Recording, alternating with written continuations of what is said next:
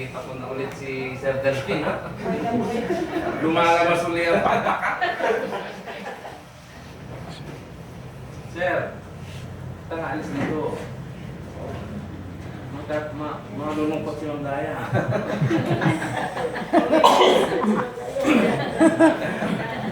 Family tayo dito, family. Ang topic natin ay A, B, C. Pang-kinder, ha? Rule. A, B, C rule. Okay pa? Sino na po dito yung natinig na to, A, B, C rule? Natinig na. Sa Manila, sa akin. Yung iba po? Hindi pa. Sa 15 na modules po natin ng training, ito lang ang nag-iisang training, ang title niya ay may salitang rule. Ito lang po. Ano ibig sabihin? Ang ibig sabihin kasi ng rule, batas siya, batas. Kaya sa sinabing ABC, ito yung mga parang pag nag-aaral ka, dada ka muna sa grade 1. Ito yung mga pang grade 1. Bago ka matuto ng pag-network, dapat alam mo ito. Rule nga ito eh. Kailangan alam mo. Now, ang ibig sabihin ng A stands for advisor. B stands for bridge. C stands for customer. Ito po isang strategy, mga kaibigan, sa networking. Hindi nyo ito matututunan sa school. Wala ito sa mga libro. Walang professor nyo ang magtuturo sa inyo nito. Dito lang yan, sa OPI. The ABC rule. Now, kailangan ko ng dalawang volunteer na dito sa harapan. Para maintindihan nyo yung ABC rule. Sir, Miss. Kayo, Miss. Kayo dalawa, Miss. Isa badge, isa laki. Negative, hindi maganda.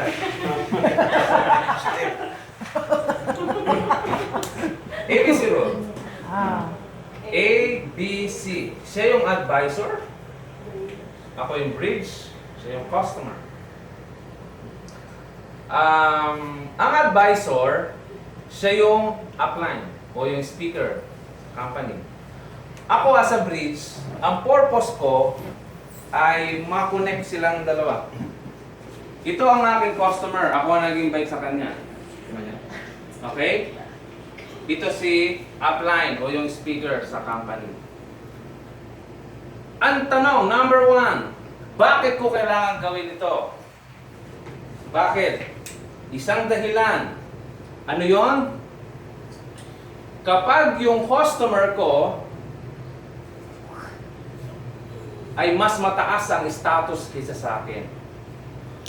Kapag gano'n ang sitwasyon, halimbawa, meron akong friend, si Mabel. Mabel ba? Si Mabel, mayaman siya. Mayaman. May kaya. Manager ng bangko o doktor o may negosyo. Ako, hindi ganong mayaman. Hindi ako ganong mayaman. Kapag gano'n ang sitwasyon, hindi pwedeng mag-present ako sa kanya. Alam niyo ba kung bakit? Hindi siya sasama. Bakit? Isipin niyo ha, isa siyang negosyante o isa siyang sabihin natin boss ko siya. Nagtatrabaho ako sa isang opisina. Pwede ko ba sabihin na, Ma'am, gusto niyo po bang mabago ang buhay niyo? Kaya ako nagmamapla. Gusto niyo po bang mabago ang buhay niyo? Gusto niyo mama? Gusto niyo mama? Ay, nawala ba siya? Hindi. Kapag gano'n ang sitwasyon, kailangan mo ng ABC rule. Paano yun? Ito ang gagawin mo. Ikaw ang mag-bridge.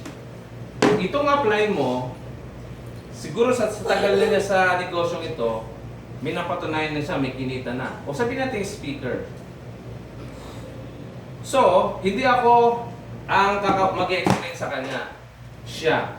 Ang gagawin ko, ipapakilala ko si Mabel kay Jordan.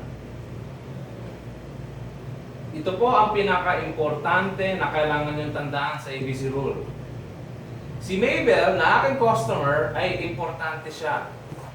Pero kailangan 10 beses na mas importante ang advisor kaysa sa kanya. Sa larangan ng customer is always right. Dito sa networking, advisor o upline is the king. Kasi kapag pinaramdam mo sa customer mo na napaka-importante niya, ano magiging reaction niya? Mahihirapan ka niya. Ha? I-convince mo ako. Convince mo. Ganun yun. Kailangan maramdaman niya na importante siya, pero mas importante itong taong ito. Anong point ko? Kailangan i-build mo siya sa kanya. Ay, grabe. Alam niya sila, right? Malaki na ng kinita niyan. Mga 2,000.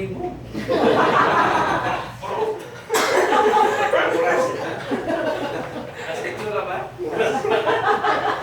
Hindi, joke lang. Kailangan i-build mo. Kapag sa binild mo, matatapiti ito. Ibig sabihin, inirespeto niya to. Lahat ng words na sasabihin niya, pakikinggan niya. Kasi, successful na tao pala ito. Alam niya yung ginagawa niya. So makikinig siya. Ganun po yun. Doon mo gagamitin ang ABC rule. Naintindihan po? Yes. Number 1 yun. Dapat lagi siya bida. Isa dyan. Pangalawang dapat mong tandaan. Bago mo pakilala si customer kay advisor, kailangan kausapin mo muna si advisor. Advisor, meron akong papakilala sa iyo. Mayaman siya. Ibig sabihin, bibigyan mo ng background. Yung background niya, sasabihin mo sa kanya. Ha? Mayaman siya, kaso may sakit. Epileptic. Yung mga ganyan. Yung ganon. Para mayroon siyang idea. Ha? Para mayroon siyang idea. Halimbawa, itong si customer ko, walang trabaho. Pero ang pangarap niya magkaroon ng lupa't bahay. So, nagkwentuhan kami. Nung nalaman ko yon, lapit ako kay advisor. So, itong kaibigan ko, nasa trabaho ngayon, pero ang taas ng pangarap. Gusto niya magkaroon ng lupa't bahay. Dahil sa nalaman ni advisor yon, ito maging approach niya. Halimbawa ako siya, no? Halimbawa ako yung advisor, no? Hi, Mabel. Ako pala si Emma. Alam mo dito sa OPI, lahat ng pangarap mo dito mo basta maging committed ka lang, gawin mo lang yung negosyo natin. Katulad ko, ako nakabili na ako ng condo.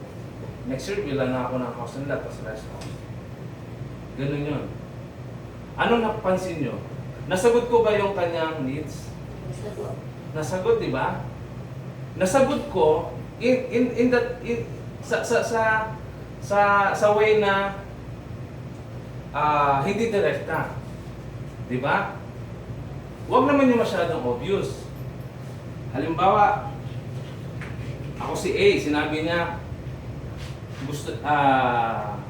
pangarap na magkaroon ng lupa't bahay. Baka naman ganito ang gawin nyo. Hi, Mabel! Sabi niya, gusto mo daw magkaroon ng lupa't bahay?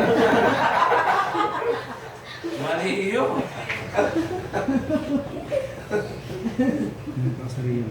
Anong nakalabas na? Di ba? Hindi maganda. Ang tawag na strategy. Ano yung tinuturo ko sa inyo? Mga small things lang to, pero ito yung strategies na Okay? So, ganun yung Brad. Okay? Bante mo na kayo. Ay, hindi pa. Walang upo. Sabay-sabay tayo upo. Okay? Pangalawa, Para saan? Di ba kanina, kapag mas mataas yung customer mo compare sa'yo? Pangalawa, obviously, pag hindi ka marunong mag-present. Kapag hindi ka marunong mag-present, huwag kang magmagaling sa customer mo. Umatras ka, pakilala mo sila. Siya yung magpipresent, siya yung ating speaker. Kaya Ma'am Daya, we have to produce, or kayo po, ng mga speaker dito. Speaker na masasabi natin na kapag in-apply ang ABC rule, kaya niyang i-execute. Yun po yun. At kailangan, medyo maayos yung pananamit. Agalang-galang. Kasi, mamaya naka-short lang siya. Mag-aalangan ka. Nakaligaw. Ay, kalimutan mo na yan. O, diba? Kailangan yung advisor talagang, yes, confident ka eh, na mag-i-ABC rule eh. Okay? Ulitin ko, ang pangalawa, na paggagamitan ng ABC rule, pag hindi ka marunong mag-present. Dahil hindi ka marunong mag-present, huwag ka mag-present. Yun lang yun. Ang gagawin mo, mag-invite. So sa pag-invite pa lang, kwento-kwento, build rapport, alamin yung ano niya, then kausapin siya konti. Alam mo na ha? Sige. Yun, tapos usap na sila. Ganun lang yun. Okay? Pangatlo, na kailangan gamitan ng ABC rule kapag masyado kayong close ng customer mo. Too much familiarity.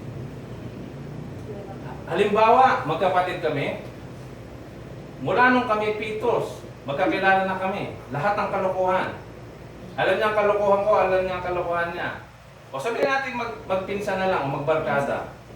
Pag ako nag-present sa kanya, hindi mo niniwala ito. Sabihin, kalokohan mo. Ano kalokohan mo, ano? Hindi mo niniwala yun. Too much familiarity yung tawag doon.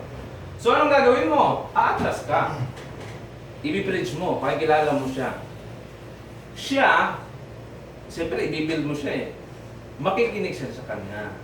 Sa'yo hindi. Kahit anong galing mo, hindi siya makikinig kasi alam niya ang kalokohan mo eh. Kasi too much familiarity kayo. Yun ang pangatlo na paggagamitan ng ABC rule. Okay? Pang-apat. Ito yung last. Ito yung last. Kaya natin gagamitin ng ABC rule sa teamwork. Halimbawa, ganito. Isa akong engineer. O sabihin natin lawyer. Successful na tao. Ito, si Mabel, ano siya? Sales lady. Sales lady siya. In-invite ko siya. Alam mo, Mabel, yayaman ka dito sa OPI.